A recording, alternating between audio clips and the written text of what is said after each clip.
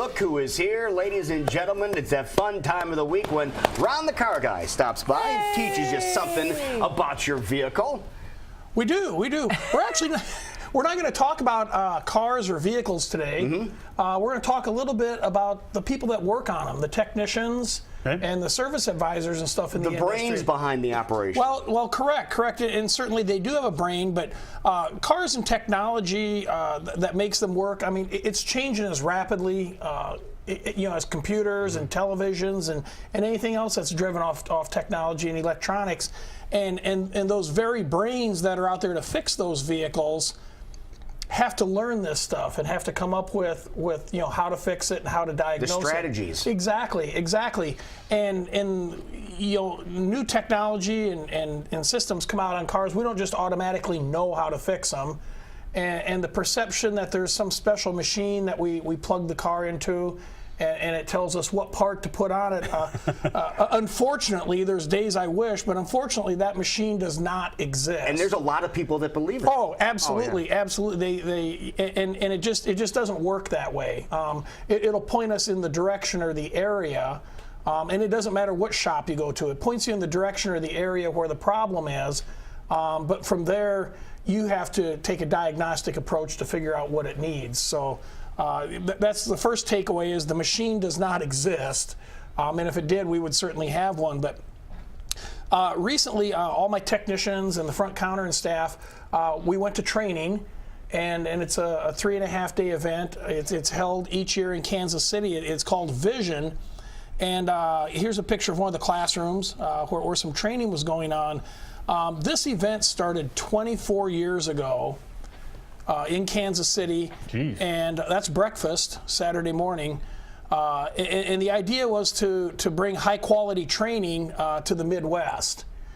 And I've personally attended this event every year since 1998. That's a list of all the classes that were going on during this time, and there was nearly 3,000 people in attendance for both the trade show that we've got pictured here, as well as the different classes and training that went on.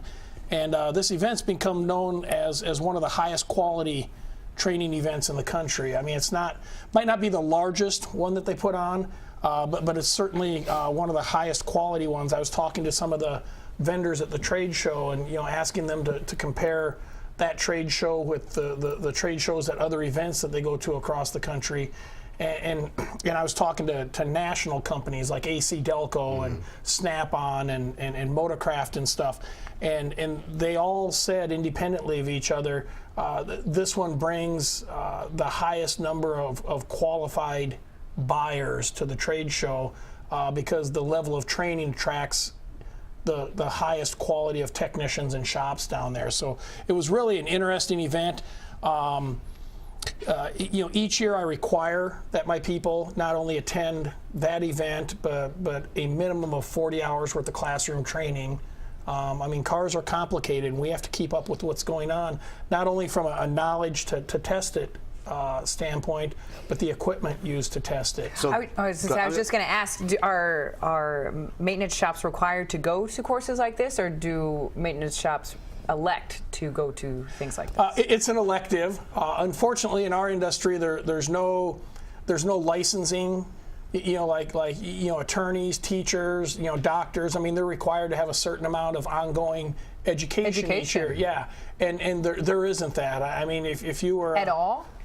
For mechanics? None. But there is certification, though. There is. There's ASE certification, which is a national certification, and what's neat about that is you have to keep recertifying.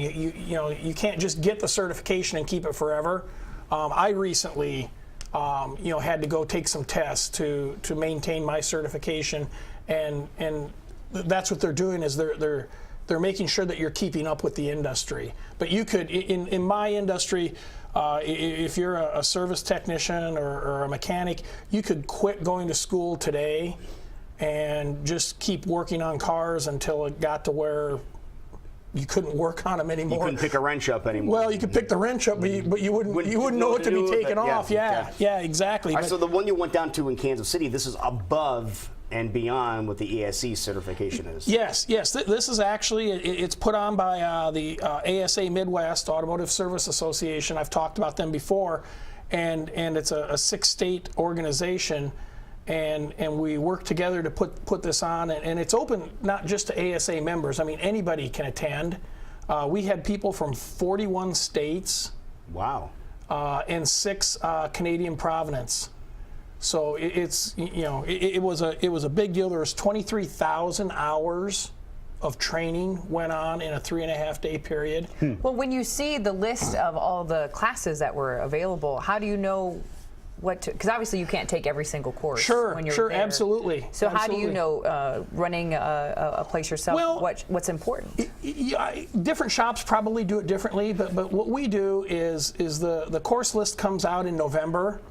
And so I'll distribute that to my people and say, pick, here's your time slots, pick the courses that you would like.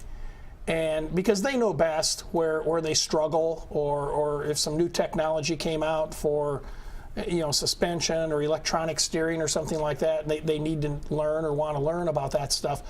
So they'll pick out the courses, and then I'll review them. I mean, we keep track, if maybe they took this course from the same instructor 4 years ago and need a refresher, we might look at putting them in a similar course by a different instructor, but we'll kind of talk through it and make sure that they made good choices, and that's how we put it together.